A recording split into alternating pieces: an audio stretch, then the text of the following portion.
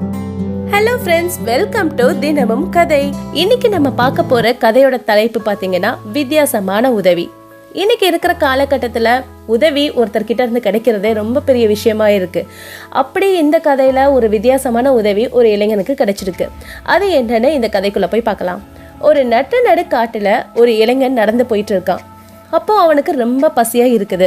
So ஏதாவது ஒரு மரத்தில் பழங்கள் இருந்தால் அதை சாப்பிட்லான்னு யோசிச்சுட்டே தேடுறான். அவனோட கண்களுக்கு சில பழங்கள் தென்படுது. பட் அது அந்த மரத்தோட உச்சியில் இருக்கிறதுனால அதை பார்த்து பயப்படுறான்.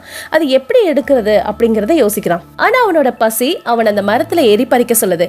உடனே சரசரன்னு மரத்தில் ஏறி சில பழங்களை பறித்து சாப்பிட்றான். அப்போது அவனோட வெயிட் தாங்காமல் கிளை முறிஞ்சிடுச்சு. டக்குன்னு சுதாரிச்சுட்டு அவன் கீழே இருந்த இன்னொரு கிளையை பிடிச்சு கீழே விழாம எஸ்கேப் ஆகுறான். பட் மெதுவா அவன் கீழே பார்க்கறான். தரை ரொம்ப கீழே இருக்கு.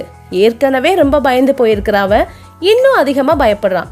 ஏன் அளவே செஞ்சுட்டான். யாராவது காப்பாத்துங்கன்னு திரும்ப திரும்ப கத்த ஆரம்பிக்கிறான். அப்படி கத்த ஆரம்பிக்கும் போது அவனோட உள்ளங்கை வேர்த்து வழுக்க ஆரம்பிக்குது. அந்த நேரம் பார்த்து ஒரு முதியவர் அந்த பக்கமா வர்றாரு. அவரை பார்த்ததும் இதுதான் சமயம்னு இன்னும் சத்தமா கத்துறான். அவனோட சத்தம் கேட்டுட்டு பெரியவர் மேல பாக்குறாரு. உடனே அவன் மேல ஒரு சின்ன கல்லை விட்டு எறிகிறாரு. அந்த கல்லு பட்டதும் வழியில அவனுக்கு அந்த முதியவர் மேல ஆத்திரமா வந்து, பெரியவரே, உதவ சொன்னா கல்லால அடிக்கிறீங்களே, அறிவிலையா உங்களுக்கு அப்படின்னு ரொம்ப கோவத்தோட கத்துறான் அந்த இளைஞன்.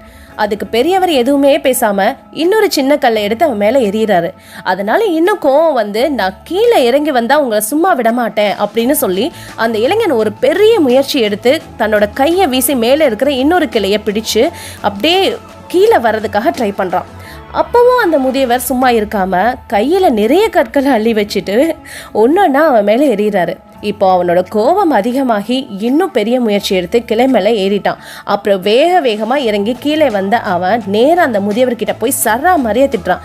ஏன் அப்படி செஞ்சீங்க? உங்ககிட்ட நான் உதவி தானே கேட்டேன். அதுக்கு பெரியவர் அமைதியா சிரிச்சுட்டே, தம்பி, நான் உனக்கு உதவி தான் செஞ்சேன்னு சொல்றாரு.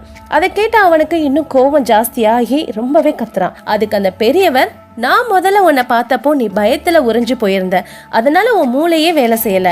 நான் கல் எறிஞ்சதும் பயம் மறைஞ்சு நீ என்னை எட்டி பிடிக்கிறதுக்கு யோசிக்கவே ஆரம்பிச்சு நீயே உன்னை காப்பாத்திக்கிட்டு கீழேயும் வந்துட்ட. ஸோ உன்னாலேயே காப்பாத்திக்க முடியும். அது உன் அறிவுக்கு முதல்ல தெரியல. உன்னோட பயம் உன் கண்ணை மறைச்சிடுச்சு. அதனாலதான் உன்னை நான் திசை திருப்பினேன் அப்படின்னு சொல்லி அவர் தன்னோட பாதையில போய்கிட்டே இருந்தாரு. அதை கேட்ட இளைஞனுக்கு எல்லாம் புரிந்தவனாய் அவன் தன்னோட வழியில நடக்க ஆரம்பிக்கிறான். ஸோ இந்த கதையில இருந்து நமக்கும் சில விஷயம் புரிஞ்சிருக்கும்னு நம்புறேன். உங்களுக்கும் இது போல ஏதாவது ஒரு வித்தியாசமான உதவி கிடைச்சிருந்தா கமெண்ட்ஸ்ல சொல்லுங்க. மீண்டும் ஒரு அழகான பதிவில் சந்திக்கிறேன்.